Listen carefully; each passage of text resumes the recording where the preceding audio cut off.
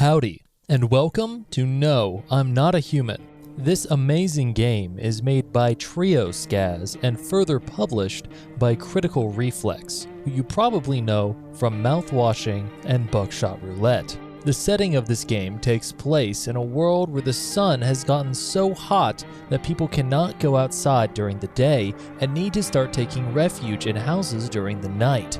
However, some people are not quite people. It's essentially like the sun has vanished and Papers, Please had a Skinwalker baby. If you have not yet played this game, I highly recommend it before watching this video, as there are many spoilers ahead. After all, it says explained in the title, and that's just what I'm gonna do. If you're looking for any specific information, this video will be timestamped and you can find it directly, but we're gonna be starting with explaining the house.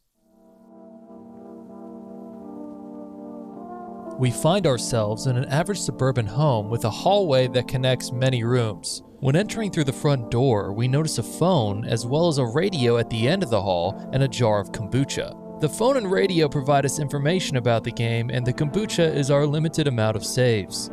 In the bedroom, we're able to use the TV to gather more information and the bed to sleep between day and night. The kitchen is one of the many places your guests can stay, but it also has a fridge where you can access things like beer. Hell yeah. The bathroom is a dingy small space where you can actually use the mirror to check yourself for signs of being a visitor. Some guests actually prefer staying in here, but they're normally pretty trashy. The living room, office, and storage are all just more places for your guests to stay. Interestingly enough, if you click the boxes in the back of storage, it says, "He said back then, when I'm gone, you decide if you want to open that box or not. Been deciding for 15 years. Still can't make up my mind." The last part of the house is the basement, which no guest can stay in because this is the only 3D room in the house. The purpose of this room is for different endings, and we'll get back to it later. Now that you're fully aware about the setting for the rest of the game, it's time to talk about this game's characters and your guests. There are a lot of characters that'll come to your door and ask to be let in. Some of them are important for endings, some just have their own lore and tell you more about the world, and others are direct references to Russian culture, memes, or other games.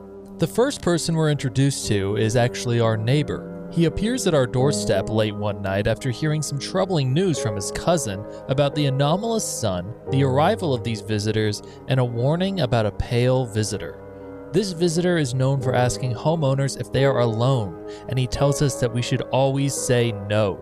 He later checks in on us in the morning, bringing 2 cases of beer as a gesture of goodwill. He expresses his concern for the future, saying he hopes this nightmare will end soon, before giving us his phone number to keep in touch. After this, he leaves, and we're only able to contact him again via telephone. The next person knocking at our door is actually the neighbor's little girl. She has a very cheerful personality and is naive about the situation of the current world. She tells us about a game she plays with her dad where she rolls dice to move furniture around to create a barricade, but is unaware of its implications. After this brief greeting, we call our neighbor and he comes, picks her up, and takes her home. However, the next time we see her is under much more unfortunate circumstances. Many days later, she appears with a tear-stained face explaining how their house was burned to the ground and her father is missing. After letting her stay with us for a while, she provides us with her friend's phone number which we can call for more story, and later talks more about her dad. She describes seeing him get up as she ran away from her burning house. However, if he really was still alive, he would have contacted us by now or shown up. Because we never hear from him again, we can only assume that he died or became a visitor. The little girl refuses to accept that fact and will only cry if you try to talk to her about it. At the start of the game, the first person who will ask to come in your house is always the tall barman. This character is a direct homage to the Russian poet Sergei Yesenin, a man who tragically ended his own life by hanging. This tall man explains that he was kicked out of his previous shelter, a bar, due to his explosive temperament about everyone's reaction towards the current dangers. Despite his initially hostile impression, this is actually the first and only guaranteed human in the whole game. While staying with us, he does not cause any problems, but only becomes more and more depressed, contemplating ending it all and asking why he even came in here. The second person asking to come in our home is always going to be the cashier girl. This character is very polite but deeply fearful and paranoid. She hardly remembers anything about her past except being a cashier and having her house raided by a crowd of men which she deemed to be visitors. When letting her into your home, she will appear with this sprite, a direct reference to Dr. Daniel Jackson from the series Stargate SG-1. Upon talking with her and getting past her self-esteem issues, she remembers more of her story, including that she had a roommate and that the men who raided her home assaulted both her and the cashier girl. She claims to have ran away when one of the men was distracted. However, we ask her why she didn't burn during the day. This causes her to be even more paranoid and question whether or not she is a visitor and how she got away. When checking on her again, she claims that she is definitely a visitor and goes completely insane. You are then forced to shoot her or lose the game. The Prophetic Man is a character that's guaranteed to always appear in your run. However, he doesn't want inside. He only tells us of his divinations of the future, telling us little bits and pieces, such as letting the cat inside, listening to the radio, and going in your basement. As he gives us this advice, he slowly becomes more and more decrepit looking, saying, "I don't think I have the strength to keep reading." This cryptic advice that he gives us is actually a way to help guide us towards the true ending of the game. He will only continue to appear and give us the advice if we follow it, and eventually disappear. The Among Us guy is a little bit of a gag character who has Among Us written on his shirt, obviously a reference to Among Us. As a sleazy and dirty-mouthed person, he is constantly looking for a way to make a profit, even trying to shill us cryptocurrency. He has little to no empathy for other guests, including the little girl, and idolizes FEMA because of the power they have, speculating that they dispose of people after they're done with their tests. The Angry Guy is a man with a fiery temper who gets set off at even the smallest subjects. After talking with him for a while, he reveals that his wife wanted to join something called the Death Cult. This made him so angry that he ended up hitting her and she left him. He then gives us his wife's phone number, which we can call later. The Armchair Lawyer Guy is someone who's obsessed with citing law at the player. From the second he's let in, he's obsessed with securing a legal tenant agreement and refuses to drop the matter after multiple days of talking. He becomes fixated on the way we do things, even asking if our gun is licensed, and then threatens to report us to FEMA. We are then forced to either shoot him or kick him out, as he's just a very annoying character. The Babushka is an elderly woman who wears a headscarf and has an odd mutation that gives her 6 fingers on each hand. There's not much to note about her except that she has a snappy attitude and prefers being alone. She's just a fairly nice tenant. The Bandana Guy is a very anxious and weak person. He claims that he doesn't know how to defend himself and asks us to teach him how to kill and how to be independent. If you ask him if he would like to see you kill a visitor, he chickens out, admitting to his cowardice. He gives us some information telling us that there's a vigilante in the streets that wears a cloak-like thingy and has a necklace of teeth and fingers. The Bearded Huntsman is a rather harsh and cruel man. He claims he used to struggle with visitors without a specific shelter and shows them no mercy.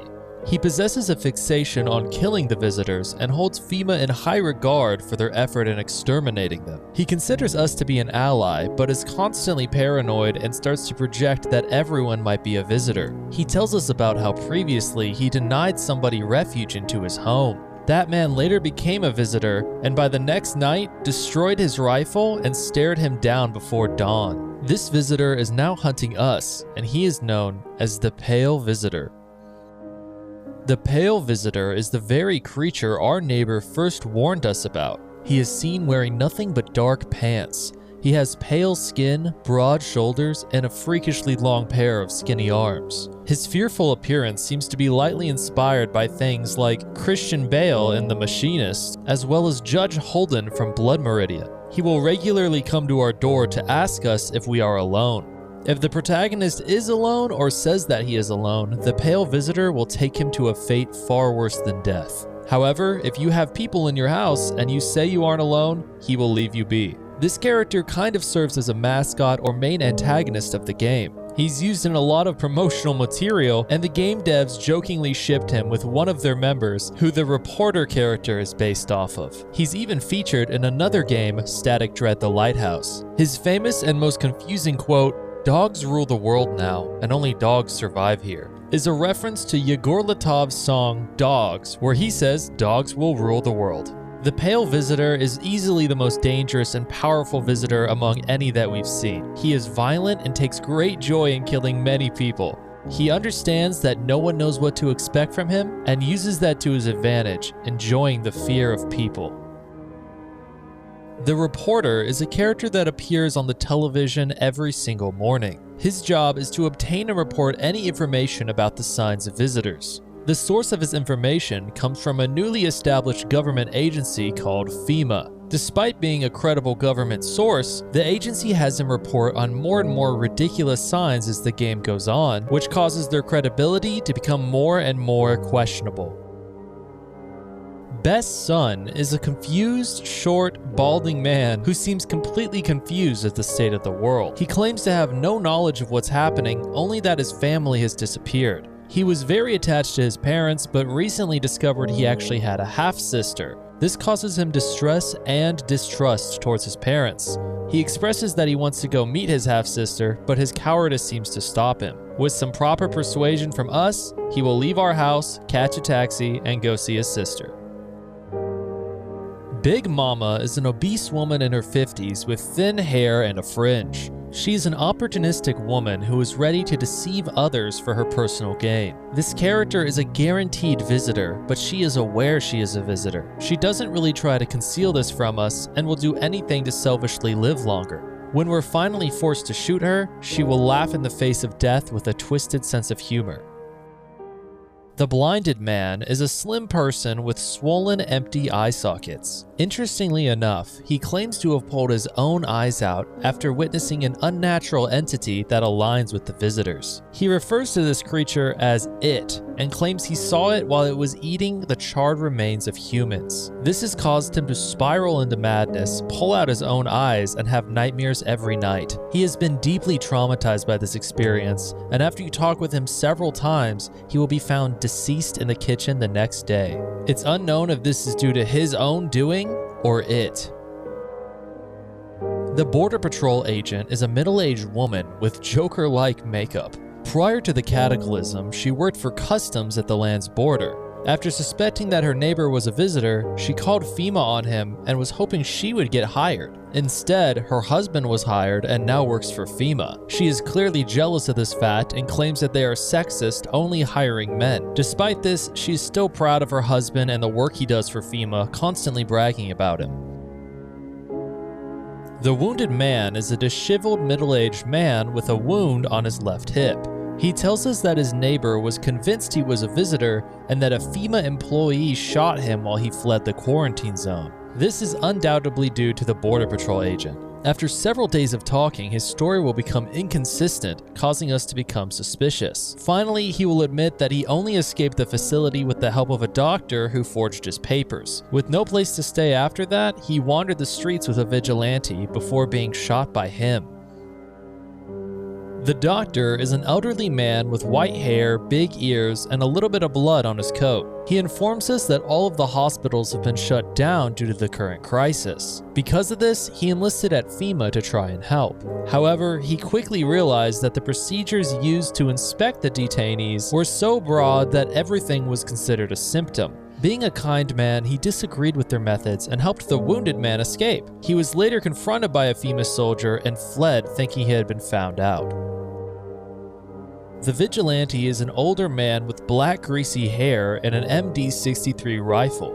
Around his neck, two necklaces can be spotted, one made out of human fingers and ears, and the other made out of human teeth. This character will not ask to come inside, but rather ask us for signs whether or not we are a visitor. He's very defensive when talking about his origin, however, we're able to piece together a few things. He seems to have come from another neighborhood that he massacred because of his own paranoia. He's also revealed to be the brother of your neighbor. After your neighbor died, he claims to have lost all respect for his brother, calling him a weak man. However, it's likely he feels intense grief at his death and is committing these atrocities as an act of revenge. The cat lady is a suspicious character with an awkward stooped posture and a thin, lanky frame. She is seen holding a grumpy-looking cat, which means that despite how suspicious she is, we're inclined to let her inside to follow the prophetic man's prophecy. She presents herself as a ballerina, constantly offering to dance in your home. She is very clearly a visitor in the way she looks and talks. However, if we wait a few days before killing her, she will ask, "Why haven't you killed me?" This will prompt us to immediately start shooting at her as she dances by contorting herself to avoid your bullets. Eventually, your bullets will hit her, she dies, but the cat will remain. The cat is an adorable grumpy creature that stays with us after letting the cat lady in. Once inside our home, the cat will move the carpet, revealing our basement to us. You can hold and pet the cat, but its most important use is feeding it cat food. This guarantees that no human guest will be killed by visitors in the following night. The cheerful man wears a green cap and a yellowish crop top. They always have a cheery personality, being optimistic, talking about the brighter side. After talking to him more, he'll reveal that he once lashed out at the one person who tried to help him, and they later died. His loved ones and house were lost in a tragic fire, leaving him searching for a home.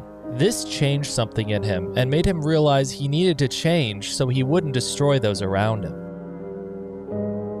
Coat Guy is a feminine-appearing male that wears a brown winter coat, beige pants, and a green sweater. He wears all these clothes despite the extreme heat, claiming that he is always cold. He is quiet, introverted, and emotionally distant, and usually responds to our questions with short and clipped answers. He claims to have spent most of his life plagued by an unshakable sense of cold, regardless of the weather or environment. He exhibits signs of depression and emotional exhaustion, often isolating himself and asking the protagonist to kill him on several occasions. This character is clearly unnatural, and they hold a big secret. After talking with them for a while, they decide to reveal it to us, lifting up their shirt and revealing a black void.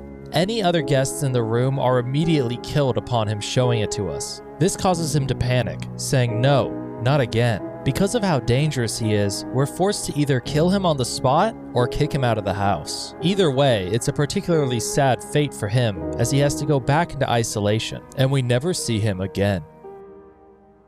The conspiracy theorist is a young man with shoulder-length black hair and a tucked-in blue flannel shirt. He claims to have been employed at a research station and was fired for finding the truth about the visitors. He claims they're caused by brain parasites and that thousands could have already been saved by wearing earplugs. He also claims that FEMA themselves are visitors and the outbreak is a means to curb the population. The validity of his info is debatable, seeing as he believes the government mind controls people through food and that potato-flavored chips are not real. The deadbeat mom is a stern-looking woman in a yellow sweater with a child wearing a pink shirt. She has a very negative attitude towards taking care of children or any motherly duties. She claims to have had 5 children in total, but at some point, her husband and 4 of her children disappeared. She is very strict and shows disdain towards her remaining child. One day when talking with her, her child will be missing and she will simply brush it off. She claims he's probably in another room. However, we never see him again.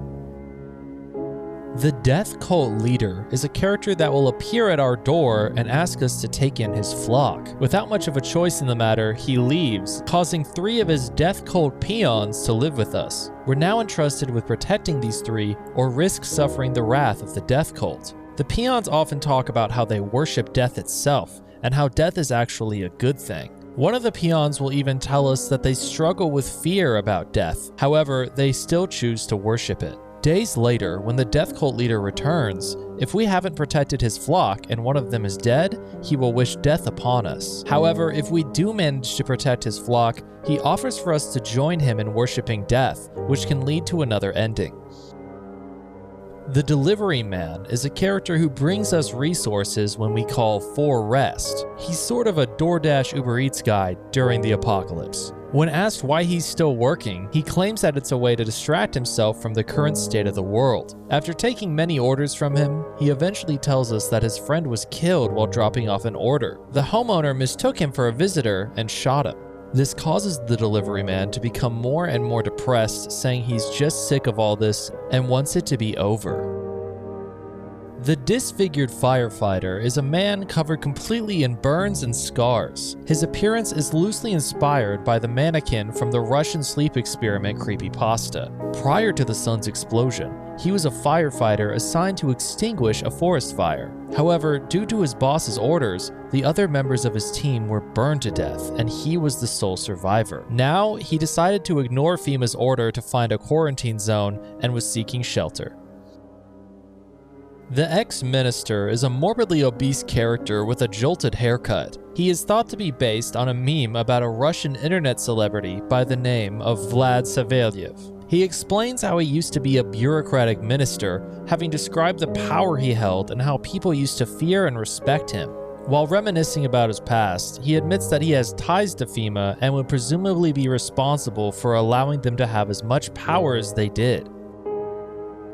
The FEMA agent is an accountable character that is guaranteed to show up every few nights. His purpose is to take away some occupants from your house that you've invited in under the pretense of FEMA testing. He normally has a very calm and professional demeanor. However, on the last night we see him, his voice is filled with desperation. This shows us that despite FEMA's best efforts to keep things under control, they are in a losing battle. The fortune teller is a woman with a harsh face and eccentric attitude who believes she is divinely guided by messages from the universe. She is often seen holding a strange doll popularized by the Blair Witch Project known as a Twana. She often references things like tarot cards and astrological signs, claiming it gives her a greater knowledge and that we should listen to her teachings. The Gravedigger is a middle-aged, skinny man with an eerie vibe. He claims that he walked off the job due to a frightening encounter with a visitor while digging a grave. He explains how he watched a visitor rise out of the grave, and even theorizes that visitors aren't the dead, but people who should have been buried but weren't. He's not particularly fazed by death. However, this experience seems to have left him anxious and on edge. The homeless man is a grungy character with a patchy beard and unkempt look. His personal story consists mainly of rummaging and pillaging different empty houses in order to survive. He also tells us that while rummaging through bodies, he found the body of a dead little girl. This is important for a story we learn about later. The husband and wife are a duo that can seek our shelter. The husband is large and wears a plaid shirt, while the wife is short and wears a dark sweater. The husband appears to be the leader, telling us his intentions to take refuge in our home. The wife does not speak, but her husband says she's capable of doing so. Upon letting them inside and having more conversations, it becomes more and more apparent that this man is abusing his wife. It starts to become more and more clear that the wife doesn't want to leave, and the husband becomes increasingly irritated with her. Eventually, when we confront them about this strange situation, the husband escalates it. Upon choosing to aim our gun at the husband, the woman will try to escape from his grasp. This causes the husband to then shoot his wife, and then we shoot the husband. The Immortal Man is a surprisingly handsome character with normal features. When answering the door, the Immortal Man inquires to us whether or not a purple-haired girl in a poncho has been by the house. He continues to state that she is his daughter who has been missing since the beginning of the apocalypse. He also claims to have a history with FEMA and says they're looking for him. He further states to have more information on the visitors, later claiming that they are native to this planet just as we are. He claims that there was a previous incident before the apocalypse involving the visitors and that FEMA is the ones who let them in. Besides this information, he constantly claims to be immortal, stating things about how we never truly die and he will just be reincarnated. The extremely interesting thing about this character is that he is a reference to a future game by Trioscaz called Lost in the Roots. This upcoming game is confirmed to be in the No I'm Not a Human universe and will give us more explanation onto what the visitors are. For now, all that's available is a demo that recently came out. I actually have access to this demo and I'm thinking about making a video on it very soon. Be sure to let me know if that's something you guys would be interested in. The kindergarten teacher is a woman with round glasses and a brown sweater. She tells us how her mother pressured her to have children but she was never ready for the responsibility. Despite this, she became a kindergarten teacher 3 months prior to the cataclysm. She then decided to take care of all the children who lost their parents or were abandoned by them for showing visitor signs. Eventually, others found the building and kicked the teacher out by force. After tying her to a pole, they forced her to watch the building burn to the ground with the children inside. This causes her a deep grief, and she cannot forgive herself, constantly blaming herself for the death of the children. Depending on what we say to her after she opens up to us, she will either sob and want to be left alone, or end her own life with our gun. The Hazmat Man is a stocky person wearing a hazmat uniform. He originally claims to be a factory worker who made fridges, and that he found this uniform on a corpse. After questioning him more, he reveals himself as a former agent of FEMA, even showing us his ID if we hold him at gunpoint. He claims that he quit, but has no regret for gathering people up and sending them to quarantine zones. When you press him for more information, he explains that he is only working for the higher-ups and it's way past his pay grade. He tells us how one time he picked up someone with visitor signs. This man got worse in the quarantine zone and died. When his wife came looking for him, she was in shock to learn this and wouldn't leave until they gave her the body. He claims this breach of protocol is the reason he was fired and shows a disgust towards the woman for making him lose his job only to carry the body around with her. He shows no sign of regrets and only sees himself as a hero, not a killer. The Widowed Woman is a depressed character with a dark brown sweater and her husband's dead body wrapped around her back. She is undoubtedly the same woman that the Hazmat Man described. When speaking with her, she only grieves and mourns her husband, reminiscing about the good times with him. She even shows us this photo of them before everything went wrong. Despite being depressed over her husband's passing, she appreciates us for letting her stay inside of her house and values empathy more than anything else. She holds a heavy disdain towards FEMA and any others who don't show empathy. The Morbid Romantic is a well-dressed, relatively tall man with an unsettling left hand. He suffers from a disease known as gangrene that causes necrosis or rotting of the flesh due to a lack of blood supply. He claims to have once lived in the chaos of the city, meeting a mysterious girl who became the center of his world. Although he adored her deeply, she was later taken from him by FEMA, leaving him hollow and wandering. Haunted by love and loss, he now views his fading life as a final solemn poem. Although this is not confirmed, I believe him to be a reference to Edgar Allan Poe. This famous American writer and poet has a death surrounded in mystery and normally attributed to blood-related problems. On top of this, if you go into the game files, his alias is listed as Edgar Poe. Ultimately, he's just a sad character who had his love stolen from him and is now seeking our shelter. The Mushroom Eater is an old short man with a huge white beard. He does not seek to come in our home, but rather warns us of the Mushroom Festival. He warns us of its danger and gives us a page from something called the Book of Smiles. What we do with this page can actually lead to an ending, which we'll talk about later.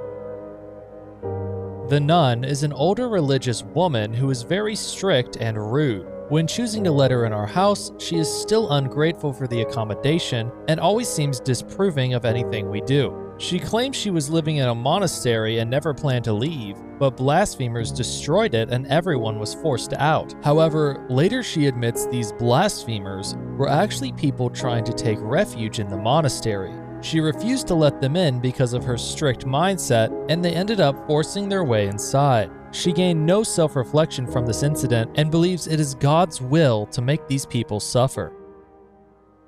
The parentless teenager is an abrasive and rebellious character who constantly feels the need to put up a front to look tough. She has no parents to rely on, but a very strong sense of self-preservation. Her aggressive attitude makes sense when she later reveals to us that she was once almost assaulted while seeking refuge in someone's home. She is extremely wary and hides how scared she is, fearing that she'll be taken advantage of at any moment. She is grateful for being allowed to stay in our house, but keeps her distance. The Raincoat Child is a small boy wearing a yellow raincoat. He has a rare chance to appear and say, "Wrong smell, wrong voice. Sorry, this house is wrong." He will then leave and never be seen again. This character is actually a direct reference to the game Static Dread: The Lighthouse. He's a character who travels through different worlds, which is why he sounded like a visitor, but he's not. The seductive woman is a confident and flirtatious character who seems kind and understanding, but uses her charm to twist the truth. The woman finds a strong romantic interest in the protagonist and tries to seduce him from the moment she appears at your door. If you let her inside, she's the only character who will stay in the bedroom, and it is implied that we, VR chat cuddle with her. The rest of her story is actually an ending we'll talk about later. The Sleepless Intruder is a pale man in a dark hoodie who is a direct reference to The Intruder from a horror series known as the Mandela Catalog. The Intruder himself is actually based upon an old image of the supposedly most human, plain-looking face that people have seen in their dreams. That is why it's unsurprising that the Sleepless Man in No I'm Not a Human is constantly obsessed with talking about dreams. He later reveals to us that he can secretly watch other people's dreams. He has no idea how this ability works and claims that he can no longer sleep or see dreams, as if they've all gone quiet. The stand-up guy is a large male with a red shirt and friendly attitude. He tends to crack jokes and be very friendly with the protagonist. Upon getting to know him better, it's revealed that he is actually depressed that he had to put his dog down. This is because a taxi driver ran over his dog, causing him to have to shoot it and put it out of its misery. He struggles lightly with depression because of this and can sometimes be heard sobbing in the other room. The taxi driver is a middle-aged man with piercing eyes and a red jacket. He is suspected to be the same taxi driver that ran over stand-up guy's dog, but we're unsure. He tells us how, while driving somebody, he saw their perfect white teeth and drove them straight to FEMA. But when FEMA wanted him too, he barely escaped, losing his car in the process. He is very upset about this and talks about how much his car means to him. He tells us how he loved riding in that car with his father and his father's tragic fate. He claims they picked up a passenger that he'll never forget, with a sharp suit, bald head, and grin like the devil himself. Everybody in town knew you couldn't say no to a man like that, but his father, being a man of honor, refused him service. Because of this, their family paid dearly and lost everything. The suit guy is a man with a sharp suit, bald head, and grin like the devil himself. When talking with him, he tells us how he used to be feared and respected in the streets. However, when the taxi driver's father refused to give him a ride, he made the taxi driver watch as a child as he broke every bone in his father's body. He appears to be a thief-in-law, a member of the post-Soviet criminal diaspora, or more easily referred to as a crime lord. He constantly talks to us in a demeaning tone, trying to assume authority, oftentimes referring to himself as an alpha. Despite this aggressive behavior, he will not harm any guests and just take refuge in your home. The stoner is a laid-back guy with dreadlocks who looks a lot like Daniel Larson. It's very likely he's inspired by this internet personality, but not confirmed. He claims that before the Cataclysm, he used to just hang out with friends, throw parties, and live off his parents. He loves movies and hates anything that's boring. He overall seems very uninterested in the Cataclysm or anything going on outside, and just wants to get high and watch some movies. Sun Guy is a short, obese man with poor hygiene and a drinking problem. He's a direct reference to the prophet Sun Boy, a Russian net celebrity. He is very conspiratorial, forming theories on the sun and FEMA with no logical standing. His absurd ramblings mostly stem from severe paranoia linked to drug abuse or other underlying mental illness. He sometimes talks about his deceased mother and deceased wife, drowning out most of his problems in alcoholism, asking you for a beer. If you eventually give him enough beer, he throws up all over your bathroom. Awesome.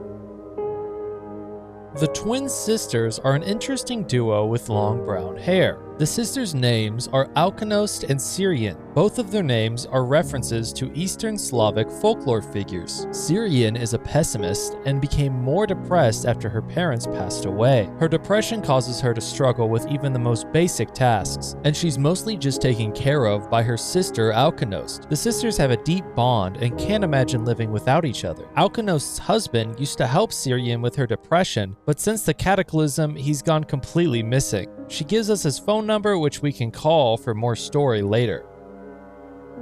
The wheelchair guy is a man with a heavier build who sits in a wheelchair due to both of his legs being amputated. This character is manic and crazy, raising his voice at you completely unprovoked. He has delusions that his fingers and legs will grow back, and often talks about the voices in his head. They're most likely suffering from some sort of PTSD or psychosis. But besides their crazy ramblings, there's not much to note.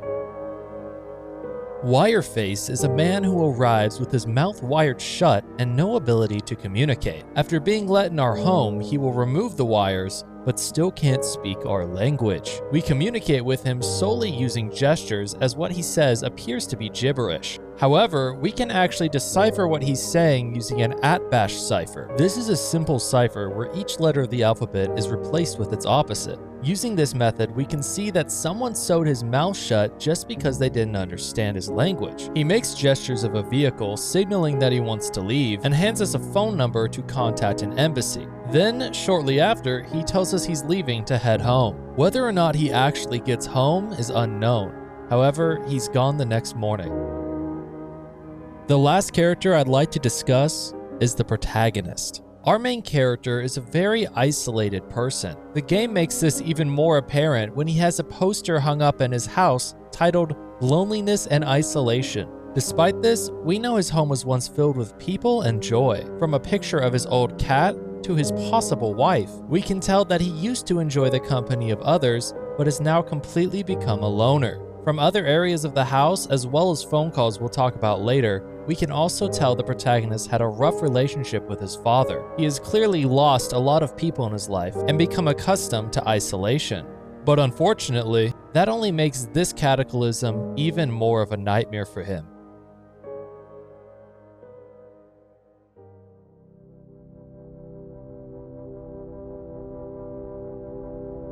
The television can be found in our room right here and plays something different every day. On the first day, we tune in to the large-eyed reporter who talks about how the sun has reached critical levels and the government has declared a state of emergency. After this is a televised ballet performance, which despite the elegance, invokes anxious thoughts. On the second day, the news reports an urgent transmission revealing that the visitors are creatures that can mimic humans. Furthermore, they tell us these visitors can be identified by their perfect white teeth. After this is a short advertisement for the 4Rest delivery service, and then a weather report. At this point in time, they tell us how the sun has started to become a real danger and can even give you third-degree burns for going outside. On the third day, the news reports about the founding of the Federal Emergency Management Agency, also known as FEMA. This group is designed to take care of the visitors and has even found a new sign. We are told to watch for dirt under the fingernails, as it is believed visitors crawl up from under the ground. This broadcast is followed by some FEMA propaganda, which talks about how FEMA is heroes and reminds us to inform them about any suspicious activity. We are then told to support FEMA by calling this hotline if we think we are a visitor. The day ends with a chilling report about a pale maniac that's been seen on the streets. He is said to wear only pants and be of a slender build. It warns us that if we ever see this man, we should not open our door or tell him that we are alone. On the fourth day, we're told that FEMA has taken new measures to address the ongoing visitor situation by setting up quarantine zones to detain them. FEMA has also discovered a new sign, blood red eyes. We're told to watch out for this before getting a quick beer ad from Bober Cerny. After that is a little more FEMA propaganda reminding us that we are safe in their hands and we should support them.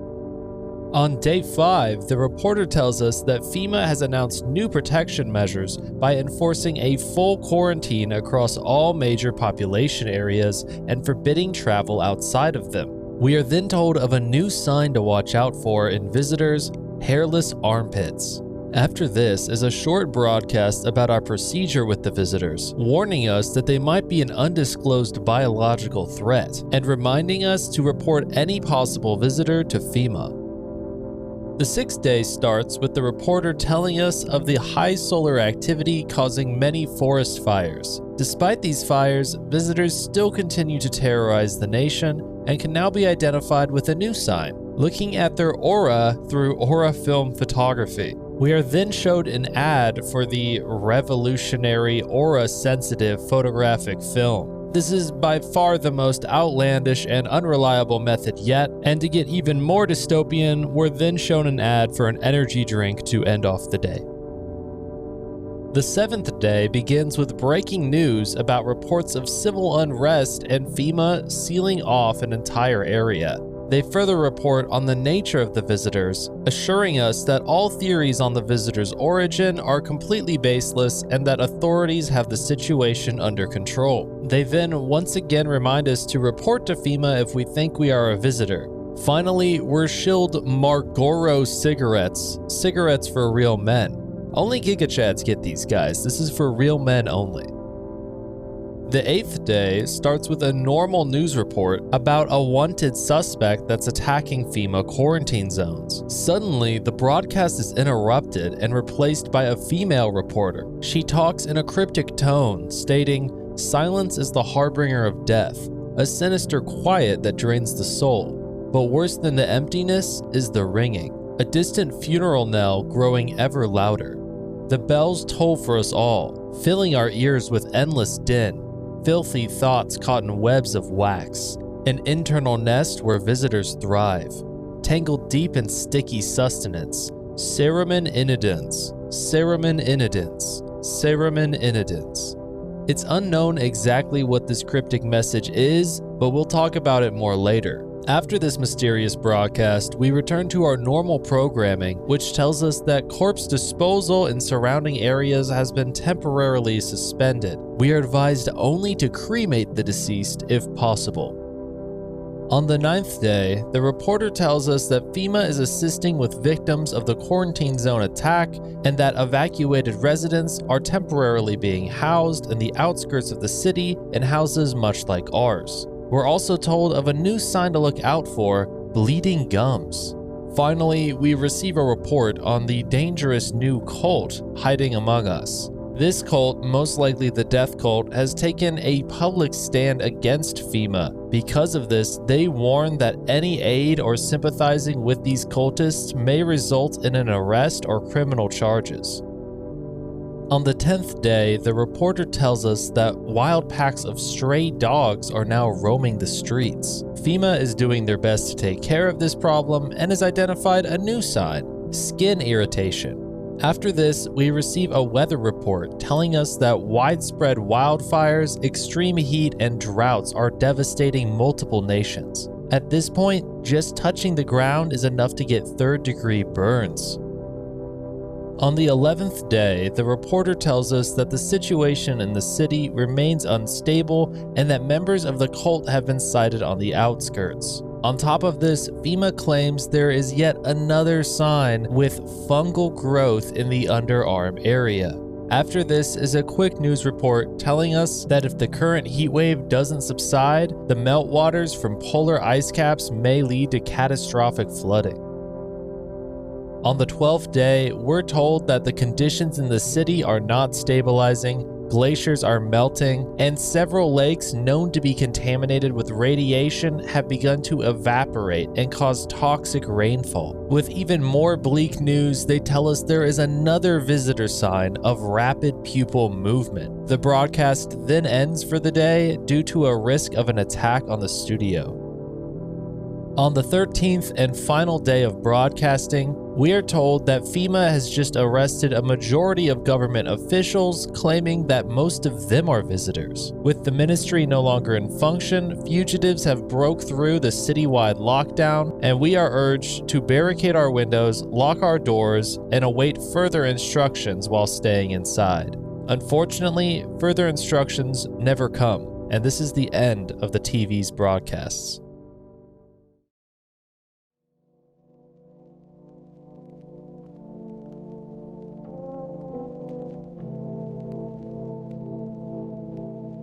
The radio is found right outside of our bedroom on top of this shelf. Every day, the radio has a new message we can decipher by turning its dials.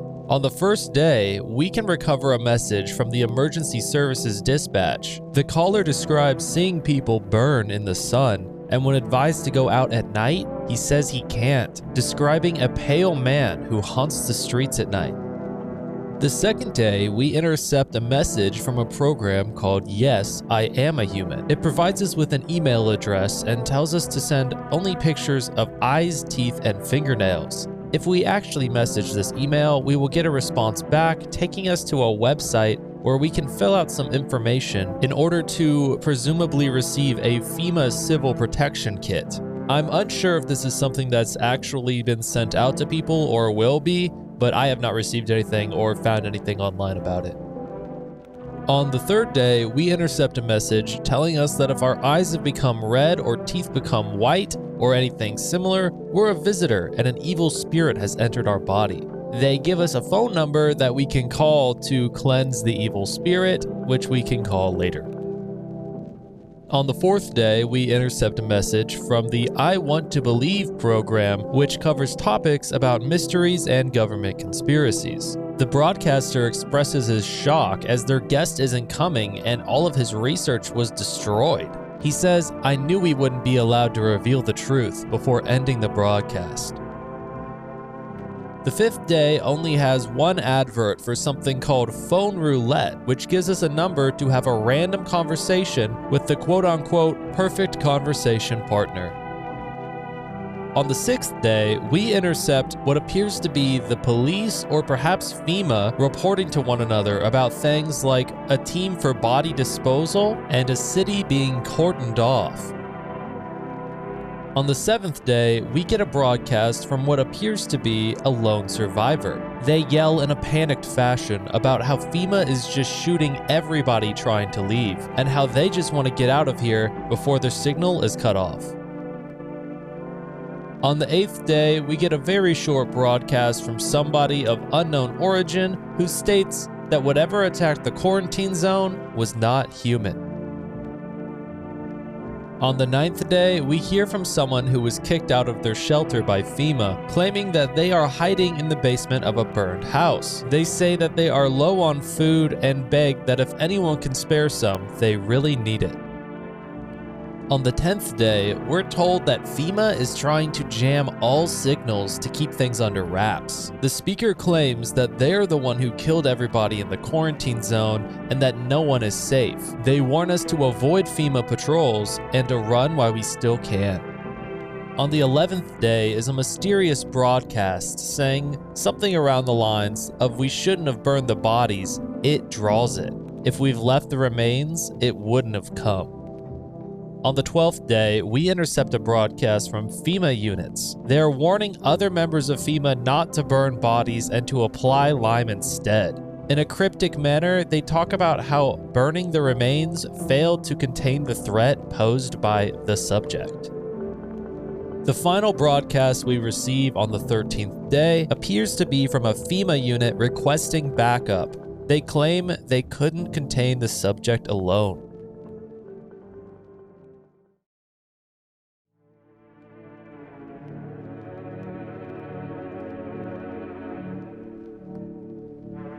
The telephone is located near the front door right here on top of a small cabinet.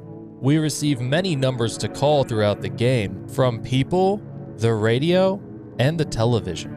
The first message we receive is actually from our neighbor. We can check in with him on the second day, and when asking him if he's let anyone else inside, he admits that he had to, although his daughter hates it. When checking in on the third day, he tells us how he saw teenagers outside get killed. His daughter saw the bodies, and this has frightened him deeply. He explains to us that it was a pale, tall thing that killed the teenagers, and that despite doing their best to hide, his daughter saw a face in the grass the other day. Finally, on the fourth night, when checking in with him, he tells us that he's shaken up by all of this. The murders, the soldiers, FEMA, even saying that FEMA took someone out of his own home. Before hanging up for the day, in a somber moment, he asks us if we can take care of his daughter. This is the last contact we ever have with our neighbor before he's gone forever. When we later let the neighbor's little girl take refuge in our home, she gives us a number of her friend to call. When checking on her, her mother answers, and we get the shocking news that the little girl's friend is dead. The parents say she matched all of the visitor signs and they had to kill her themselves. It's also possible this is the body that the homeless man claimed he saw. After describing their anguish over the situation, the parent asks us not to call again. When watching our TV, we will eventually see an ad for the 4Rest delivery service. When calling the number in that ad, they allow us to place an order every few days, which will have the delivery man come bring us a useful consumable. Multiple times, we are reminded by our television to call the FEMA number if we think we are a visitor. Upon calling, this hotline will brief us again on every single visitor sign that we may have forgotten. Interestingly enough, the only sign they don't have any information on is ears. While listening to our radio, we're recommended to call some psychic experts for help. They ask us a lot of random questions, like whether or not we have a slice of bread left out in our kitchen, or if we have a personal computer. No matter your answer, they end up saying that the spirit you're dealing with is out of their expertise. They then end the call, charging you a consultation fee. So it's a scam.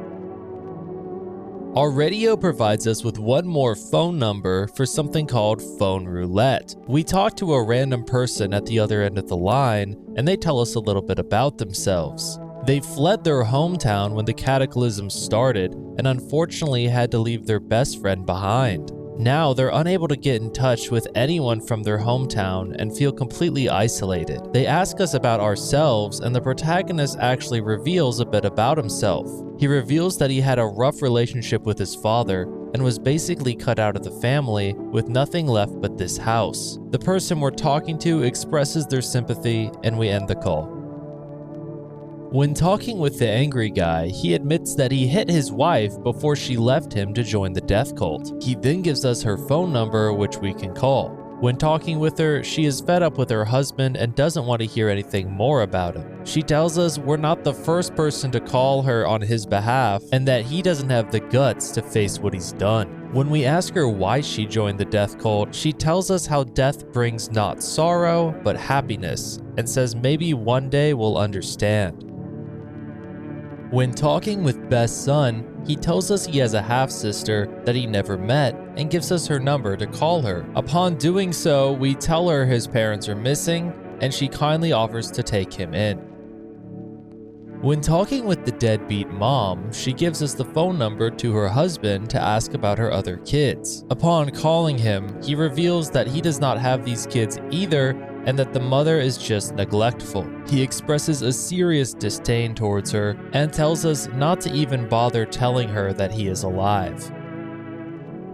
When talking with the Border Patrol agent, she remains upset that she didn't get hired by FEMA and gives us a number so that we can recommend her. When calling, they ask us what positions she's applying for. Unfortunately for her, they will only see her application as a joke or a prank and become upset at us for calling.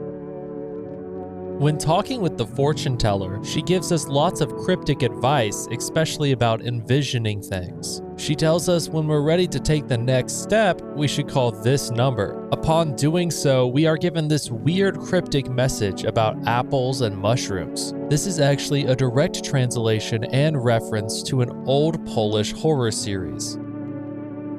When talking with the twins, Alkanost gives us her husband's phone number, asking us to find out what happened to him. When we call, he expresses his worry and love for his wife. However, he seems off. He admits that he chose to leave her because her sister was so weak-minded, and that with the current state of the world, he feels that there is only one way out. He is most likely planning to take his own life, telling us not to tell Alkanost anything and to make sure she doesn't come looking for him. When attempting to communicate with Wireface, he will give us a phone number to a foreign embassy. When contacting them, they explain how there is no safe method of travel to get back into their country. Boats have the risk of night typhoons, and trains have had the rails expanded from the heat. We express our concern on how he needs to get back, but the operator is belligerent and unhelpful. This shows us that Wireface most likely never made it home.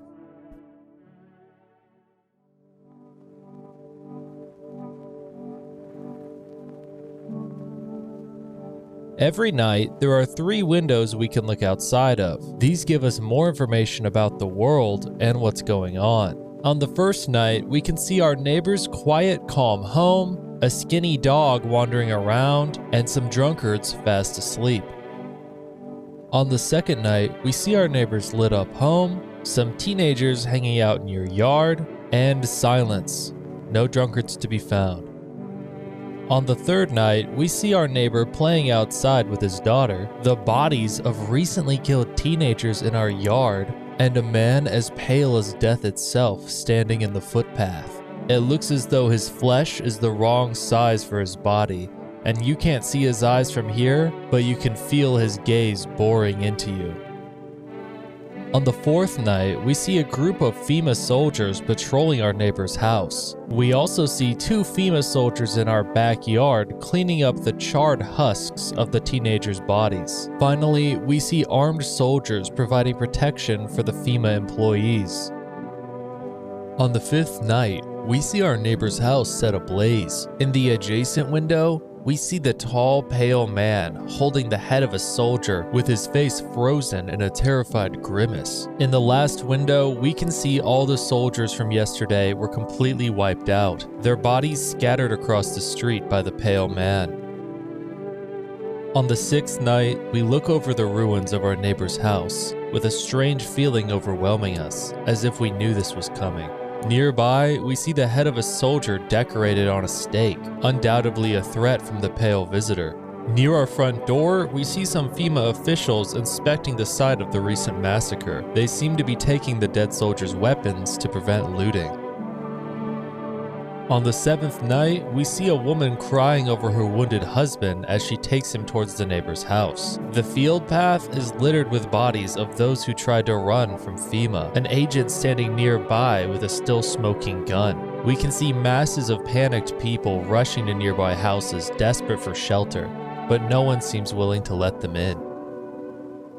On the 8th night, we see a group of evicted standing by our neighbor's ruined house. They whisper among themselves, likely going to take shelter there. Nearby, we see the vigilante patrolling with his assault rifle. He looks completely insane. Finally, we see a man hanging off of a pole with a sign that reads, "You took everything from me." Was he robbed, or did FEMA take his family? Your mind races, but there's no answer, only guesses. On the 9th night, we see the group of stragglers has settled into our neighbor's house. Nearby, you can see wild dogs roaming the street, their bodies bearing shallow burns and hunger wearing them thin. We see small groups of those who've escaped from quarantine zones being careful not to be spotted by FEMA. They seem to be moving into former residents' homes, and the hanging man now looks like a grim welcome sign. On the 10th night, we see the vigilante holding a group of stragglers hostage. We can hear snips of shouting and a crazed voice yelling. In the field, we see a FEMA agent jotting things down on a tablet over the dead, starving dogs.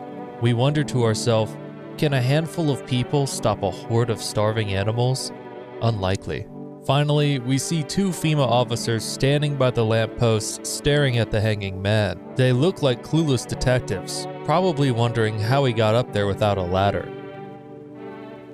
On the 11th night, we see the whole group in our neighbor's home has died. Spent shells are scattered near their bodies as hungry dogs tear at their remains. Nearby, cultists pile firewood into a huge heap. We wonder what their plans are. Are they planning to burn something?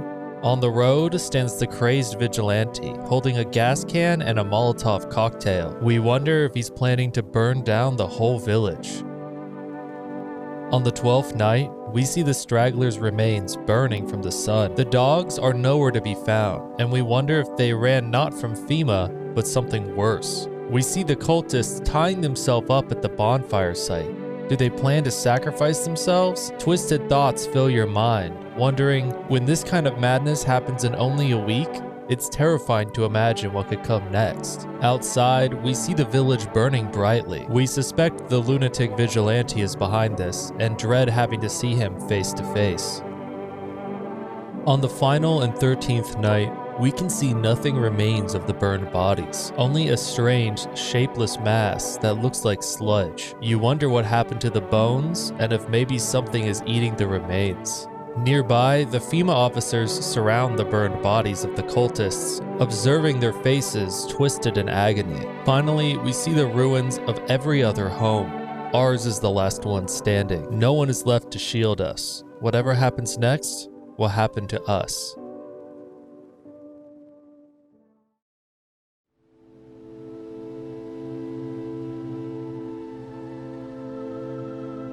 There are 10 different ways for the game to end. Each one requires its own specific gameplay or dialogue. The "yes, I'm alone" ending can be achieved when the pale visitor comes to visit you and you either tell him you're alone or you are alone. This will cause the following to happen.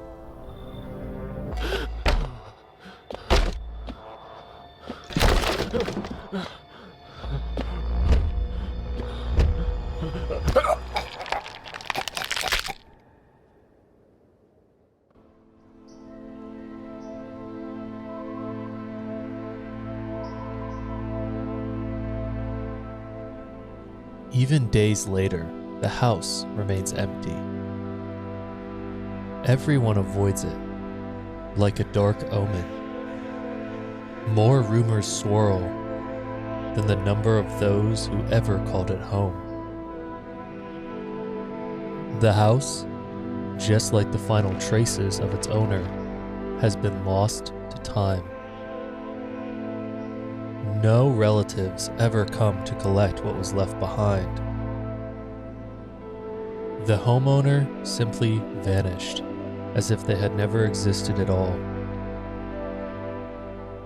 Everything that belonged to them is lost, worn away, or forgotten.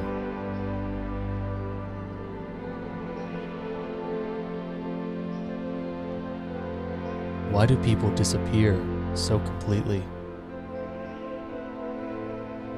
Once death finds you, the proof you ever existed begins to fade almost immediately. Belongings, creations, thoughts, memories, emotions, all dissolved into the void.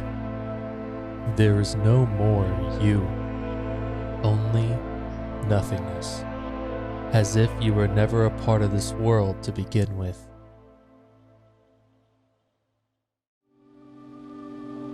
To get the "yes, I'm a murderer" ending, you need to kill a large amount of people in your home. Shortly after doing this, the prophetic man will come pay us a visit. He seems concerned that we did something and realizes that we've killed too many people. He tells us he cannot fix what is next before leaving and triggering the ending.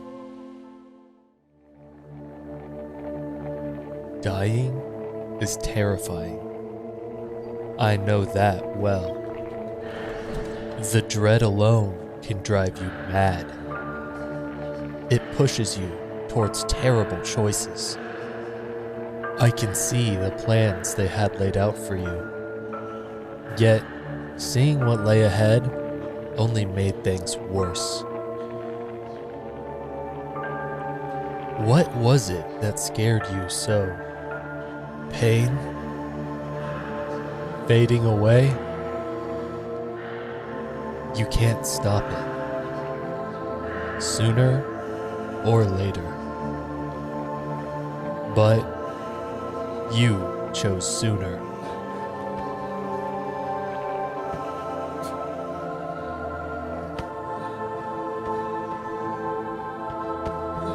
I'm truly sorry.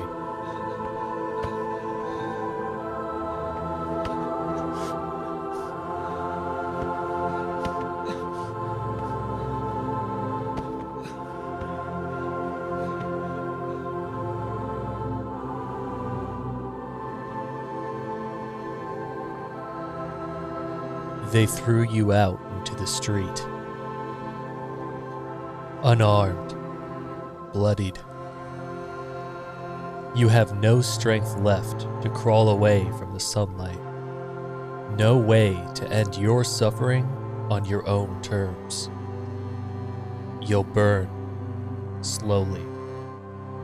And there's no one left to blame. Unless...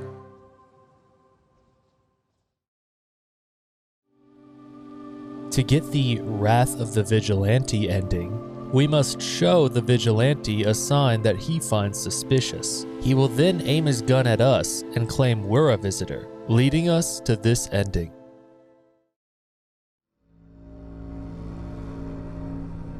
You hear a madman behind the door, spitting furious words with raw aggression. You can only wait, hoping nothing will happen. The haze of rage in the eyes of an armed man is more terrifying than any visitor.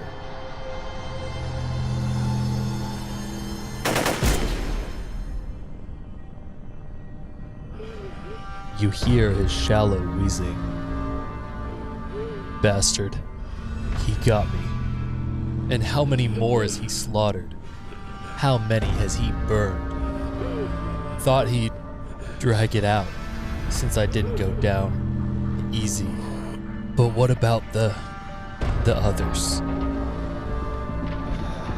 He's gone quiet. You should probably check he's actually... Because of scum like you, so many are dead. People like you killed my friend. And people like you will never let anybody live in peace.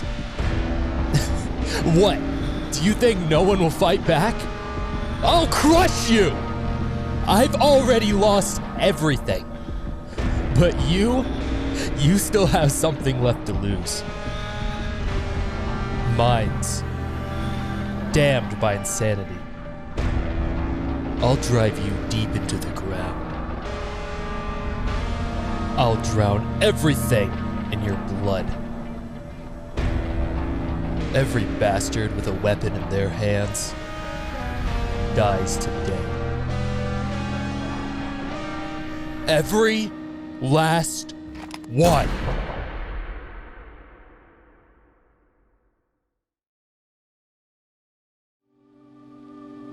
In order to get the "No, I'm not alone" ending, you have to survive till the 13th day and then board up all your windows. However, upon sealing yourself inside, you have to have a visitor in the home with you. That will trigger this unique ending.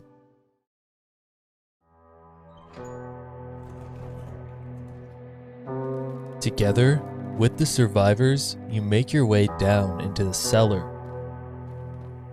It's cooler down here, but the air still feels heavy with unease. If you ration carefully, your food stores should last for a month or two. You seal the door. No one will be able to get in now. You keep track of the days by marking the cellar wall. The wait for the end drags on for nearly 2 months. The sun isn't the only threat looming overhead. Trust fades. Paranoia grows sharper by the day. You feel the stress. Cold, calculating, alien.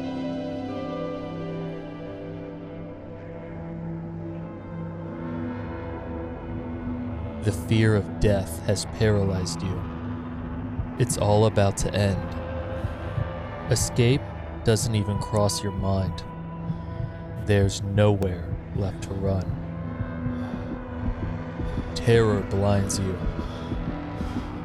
It wasn't just humans you let in your home.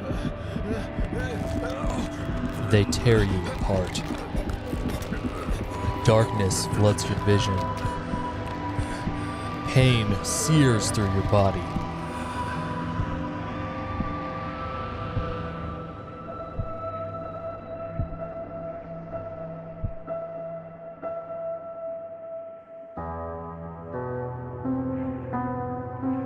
A small, lonely house takes shape in your mind.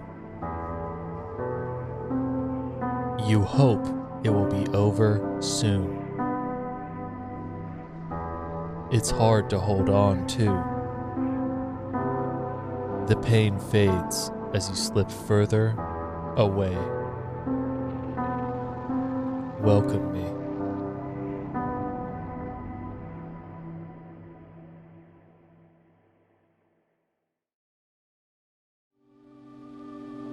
To obtain the end ending, you follow the steps of the previous ending by boarding up your windows. However, this time you must not have a visitor in your home.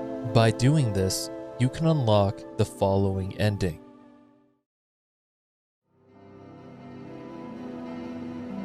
Waiting for the end drags on for nearly 2 months. Some hope the sun will finally burn the ground to ash or fade into darkness. Others seek the end on their own terms. Dragging out the inevitable is more painful than a swift end. No one envies the living. One day, you catch an announcement on the radio. Solar activity is fading. Scientists predict that in a couple of days, we'll be safe to go outside during daylight hours in a few days' time. You feel disappointment? You realize you'll live through this year after all. But then what? Will next summer be the last? The thought of waiting for the end is a suffocating burden. But at least one of the others seems happy. Who knows? Maybe there's still a decade left ahead of you.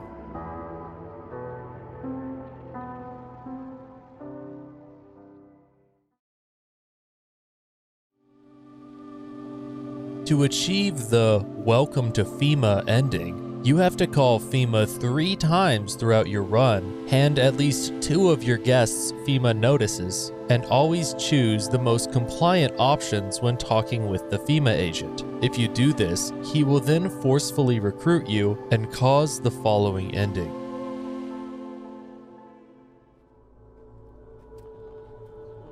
You feel disoriented. Is this how FEMA usually recruits people? This is a big organization. You'll probably have to deal with a lot of people. There's no telling when they'll let you go home. And who knows when you'll get to go home again. Sounds like you'll be working long shifts. How dangerous is this job anyway? Whisking people away and hiring them on the spot? It's so strange. Is the turnover really that bad? Why else recruit so aggressively? It's not even clear what the work will be. You're not even sure what the job involves. Escorting people to quarantine zones? And then what?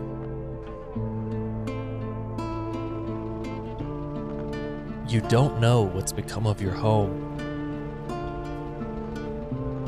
You don't know what happened to your home, nor what happened to those who lived with you. You get the feeling you won't ever be going back to your old life. From the briefings, it becomes clear that the job wasn't designed with long-term survival in mind. Your only regret is not bringing the poster with you.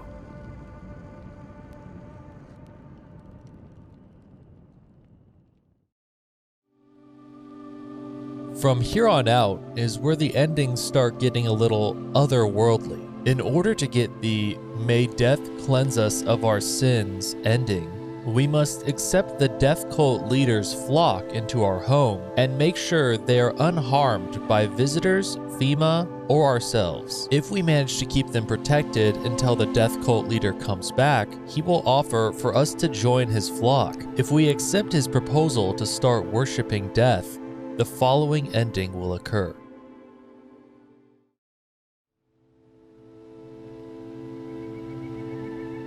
fear and corruption of her word kept us from her embrace. Not to pass into nothingness, but to return into death. We surrender our bodies unto death's embrace, to find peace in what lies beyond. Long ago, this knowledge dwelled upon the earth, but the great extinction claimed more than lives alone. But now we walk the path in the ways of old. She shall cradle us all. None shall be forsaken. Even death herself shall ascend. Do you feel it? She is here.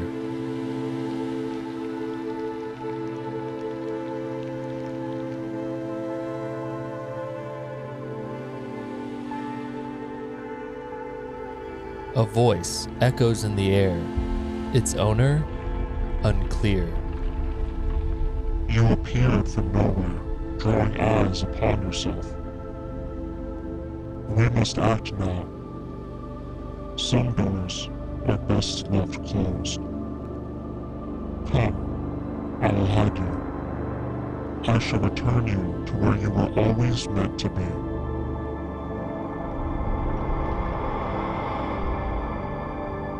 I will grant you peace, just as humanity has always longed for. You were never meant to survive the madness of the cosmos. I will preserve your memory.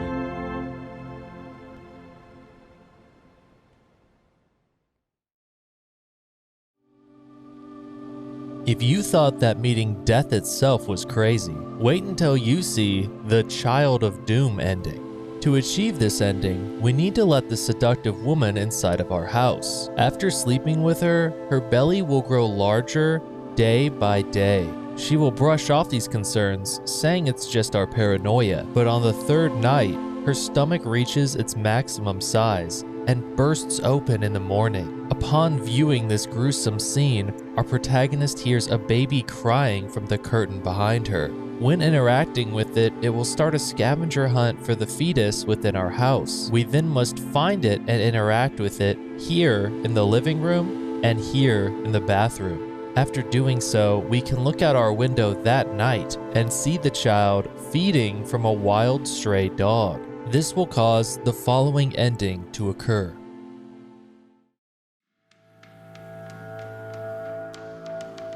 You sense a presence nearby. You saw the child, yes, but that's not what this is about. Something keeps watching you? A choking fog smothers the world, swallowing every sound. Its silence envelops the world like cotton. It sounds like people are whispering. You call out, but the air falls still. Is meeting them a good omen? Or are they harbingers of disaster? The child stirs in their arms. It can no longer bring light into this world. At least, you don't think it can. Is it our salvation or damnation? Panic grips you. The three of them yank the child in opposite directions. You raise your gun and fire blindly, somewhere, anywhere.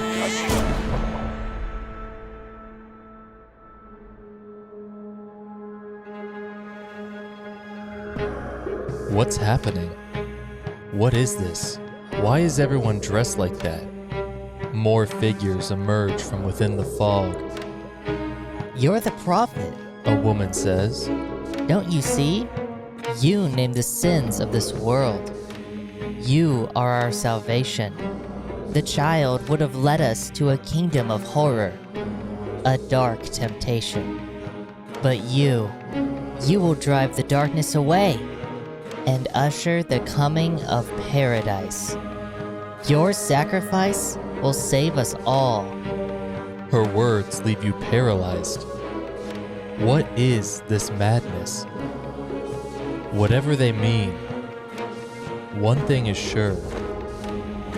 The child is no longer among the living. Who knows what they'll do to you? You catch a glint of metal nails clutched in a hand among the crowd. Something terrible is about to happen in this town.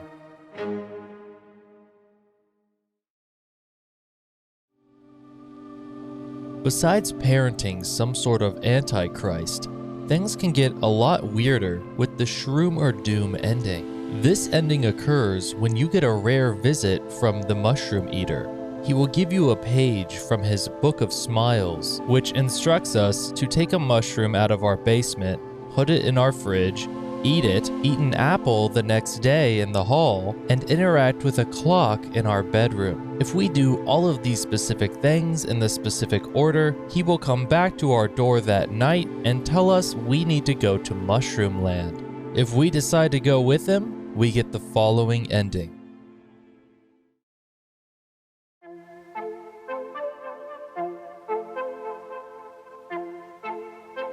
Mushrooms are something else, you know. They can grow very fast when things go bad. They can grow up, as fast as a beanstalk, right before your very eyes. Makes you wonder, what will become of them once the clock strikes midnight, And the bigger the mushrooms, the more clumps of malice gather in the mycelium. Why, the cap could cover the whole earth. Until there's nothing left. And now, dear boy, the mycelium must find a way to unleash all that rage. Fiddlesticks! Our ritual was supposed to calm it down. The apple seeds were meant to remind it of the bond between humans and mushrooms.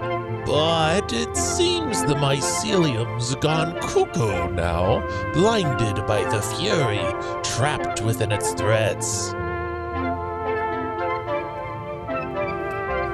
Mushroom Land is out there somewhere. Quickly, my dear boy, we have to stop the mycelium before the mushroom grows too large. Follow me, lickety-split. Underground we go.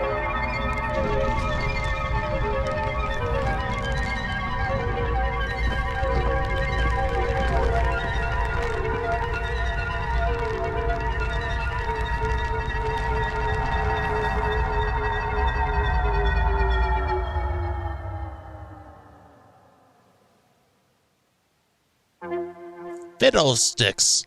Looks like we're too late, my dear boy. Well, alrighty then. Say, you still got some of that kombucha?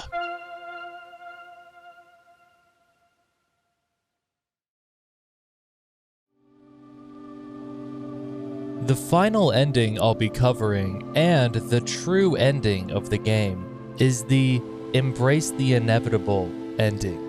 In order to get this ending, you first have to follow every single one of the Prophetic Man's instructions throughout the game. If we do, he will finally give us an instruction to dig in our basement.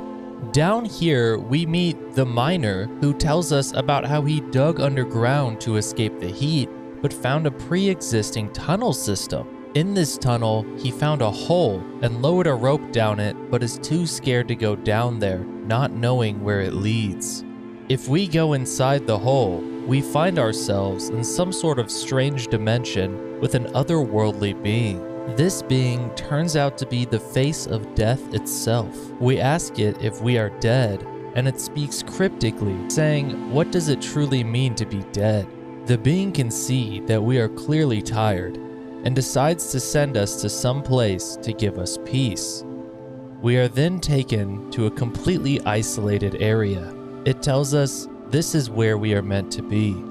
Upon entering the home, The protagonist can't help but feel an eerie sensation from this true isolation. He asks questions, wondering if he'll be stuck here forever, wondering if anyone is coming. But he is met with only silence. We are then shown the true ending.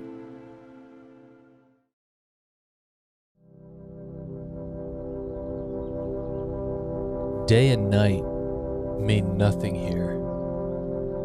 I don't know how long I've been here, but now I feel calm, so very calm. It's so very still. There's nobody here to stop you. I hear no footsteps, no voices.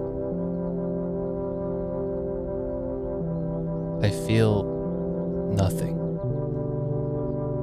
I don't remember how I got here. I don't know how to leave. But I don't really want to. I just hope this lasts a little longer.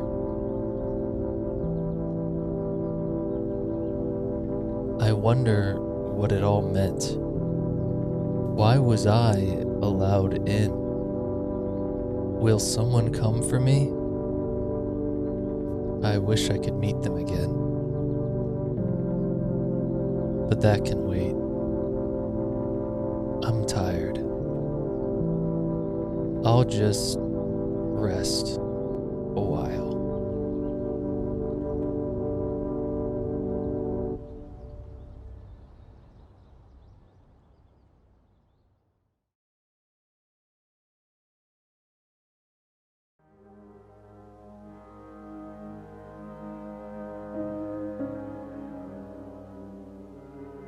There are many theories revolving around the visitors, FEMA, ourselves, and the overall story of No, I'm Not a Human. Some people believe that the visitors are the undead coming back to life. Others believe that they are someone who's been infected by some sort of biological disease. A really solid theory I've seen a lot of people go with is that the conspiracy theorist was right, and that the visitors are parasites that can infect the living and the dead. He suggests wearing earplugs, saying that they enter through your ear canal. This also lines up with the strange broadcast we got of the woman stating cerumen incidens. This is another word for a buildup in the ear. This is a plausible theory, but if we take into account the immortal man and the mushroom eater, it would make more sense that visitors are caused by some sort of fungus or mycelium. This is most likely an experimental bioweapon that was created by FEMA and got out. It's even possible that the visitor outbreak is not global, but local. The reason FEMA has no problem killing people left and right is because they are trying to control the outbreak and use this area for experimental testing. This causes us to further question whether or not the sun was actually overheating. It's very possible that FEMA was artificially heating the area in order to try and keep the virus under control. But even with all this, what about the entities? What about death and it? Some people believe these are more advanced mutations of the outbreak, or just the imagination of our protagonist. However, it's much more likely these are beings that FEMA can't explain. Even people like the tall pale man and the cat lady seem to be more than just visitors, with the strength to break a rifle in half with their bare hands and the reflexes to dodge bullets. The radio even mentions that there are subjects FEMA failed to control. A plausible theory about this is that some beings, infected or not, serve a higher power. It's likely that the tall pale man and the cat lady serve it, while characters like the prophetic man serve death, even giving us direct instructions throughout the entire game just so that we could meet it. Some people even believe that the cat is an incarnation of death due to its inability to be harmed by visitors or anything else. With all these theories, it's hard to decide what's really going on. However, based on all these theories and all of this information, I will give you my best guess. I believe FEMA developed or stumbled upon a biological agent. be it parasite or mycelium. They have been conducting experiments with it, presumably in the name of science or for weaponry, and higher powers realize the value of this agent, with it even having the power to birth some sort of antichrist. While FEMA is in way over their heads trying to research this, the higher powers have sent their servants to try and retrieve or spread it. Because of this, FEMA is trying their best to keep it under control by artificially heating the area in an attempt to keep the visitors at bay. They have sealed off the entire area and set up quarantine zones inside of it, all while telling people this is a worldwide phenomena with the sun so that they don't try to leave. Our main character is simply caught up in a war for control between a powerful secret government organization and entities of a higher power. This is my best guess to what is going on, but let me know what you guys think is happening, and I'll be sure to favorite any comment I see that's a plausible theory. This has been The Human Experience Explained. No, I'm not a human. Major shout out to Trio Skaz. I just obsessed over your game for like a straight month, dude. I always loved the Skinwalker / mirror self genre, but it had become oversaturated. That is why this game was so refreshing, because it was so well done. There is so much world building and character development, it is insane. If you enjoyed watching this video and learning about it, just know this took me an entire month to edit with all my free time, so if you could click the like button, that would mean the world to me. And I'm sorry if my voices sounded a bit gross in some of these recordings, because I've been sick a lot of the time I've been editing this. If you're not subscribed already, I make videos like this all the time whenever I can, so if you like this, there's more. I hope you enjoyed The Human Experience. No, I'm not a human, and I will see you guys next time.